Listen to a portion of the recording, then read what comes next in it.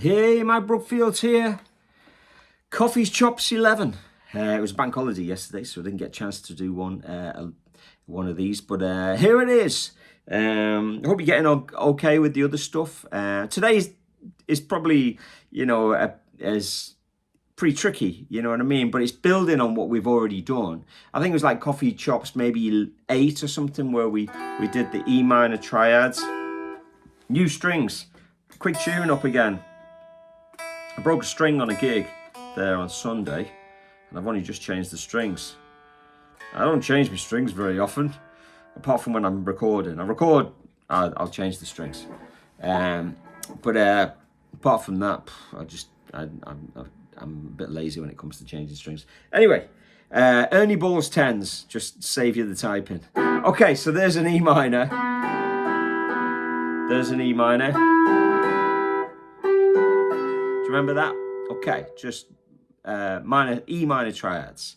So what I want you to do this week is to take the middle note and then drop it down the octave and then treat it like an arpeggio. So instead of having that E minor, you're going to drop this E down to there. Now, I'll put my notes up on Patreon. Just go over there, become a free member. You can download it for free. And then you end up with this. Okay, I'm going to demo why we're doing this in a minute. And then you got the E minor here. If we drop that middle note to G, there. Now you might go, oh Jesus, can't play that. Don't worry about it. Just don't worry about playing the whole thing. Just maybe think of it as like hopping over. I've got really small hands, so I'll just jump. Just use that as an exercise in jumping. So far you've got, and then you've got this E minor triad, and then you're going to drop the B down to there, so you'll have, so you've got a more open triad. Back to the beginning.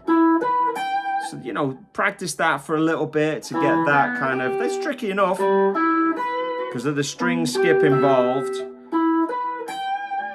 Now we learnt in like Coffee Shop 9, I think if we just move that up 2 frets, we get,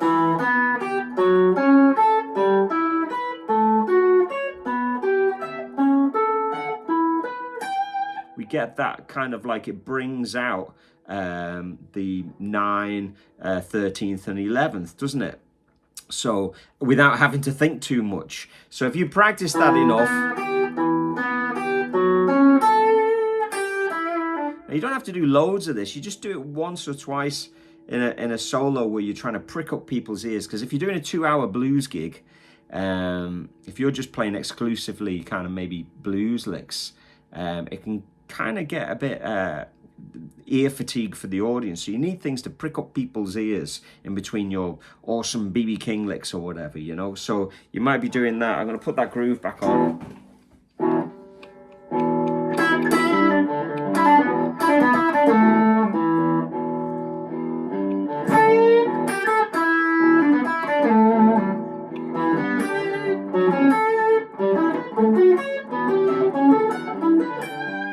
Might not play that whole thing. I mean, just doing one of them would be cool.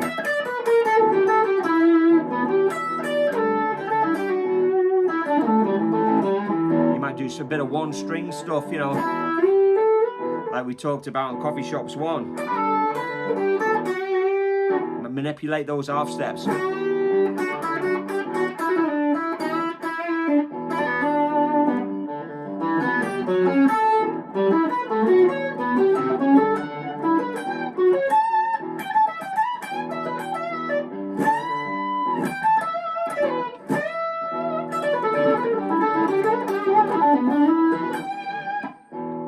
So you can see here, I just pop that in at the end.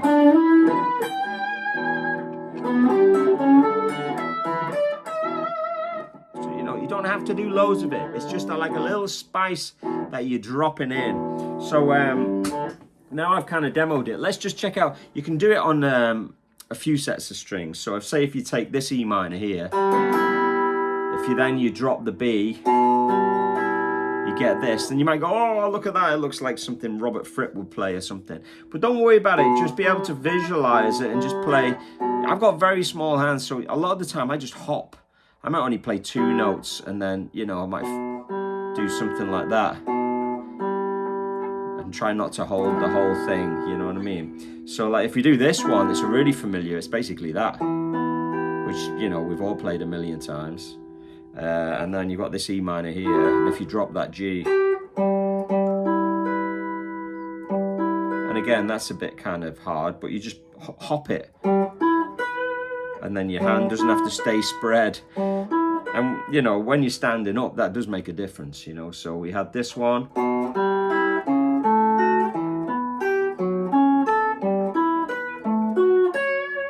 So now I'm just kind of playing them like arpeggios.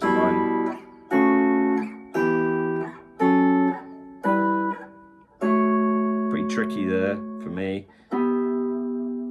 You know, so don't worry about playing them as chords. Just try and bring out the single note arpeggios. You notice I've got a bit of delay on to make it, give it a bit of more sustain and stuff like that. And you could also do it with this one here. So if you drop that G, you get, and you can see I'm hopping. I could try and play it like, but I can't be bothered. And then move it up 2 frets.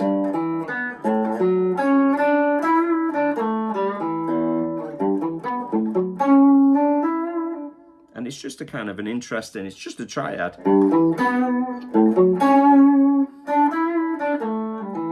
So if you had, say, this triad, bring the B down the octave, move it up 2 frets, and you've got that, you know, that trick, and then there's your E minor there, drop the E down the octave, and you've got that.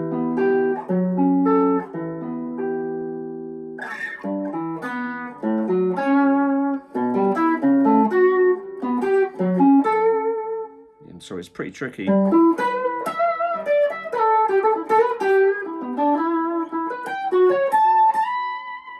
Okay, so it's just a little trick. It's a little bit of fun. Let's put that thing back on. 1 string stuff.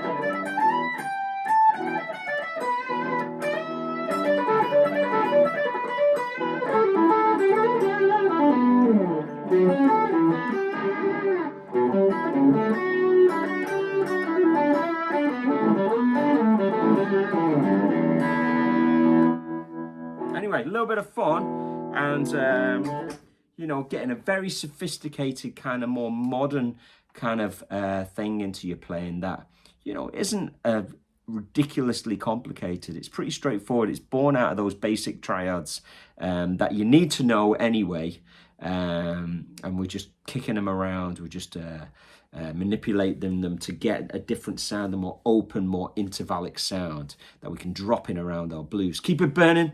See you on the next one.